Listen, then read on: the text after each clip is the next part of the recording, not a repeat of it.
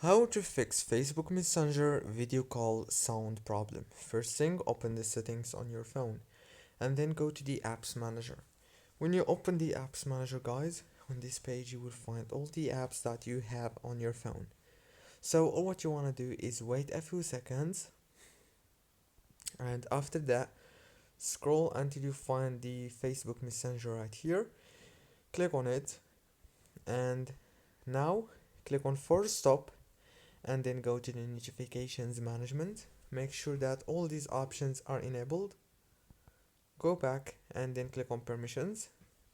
Make sure that all the permissions are enabled also right here. And the last thing you want to do is click on storage, click on clear data and click on delete. Now all what you want to do is restart your phone. That's it, guys. Don't forget to like and subscribe, and thank you so much for watching this tutorial until the very end. See you later.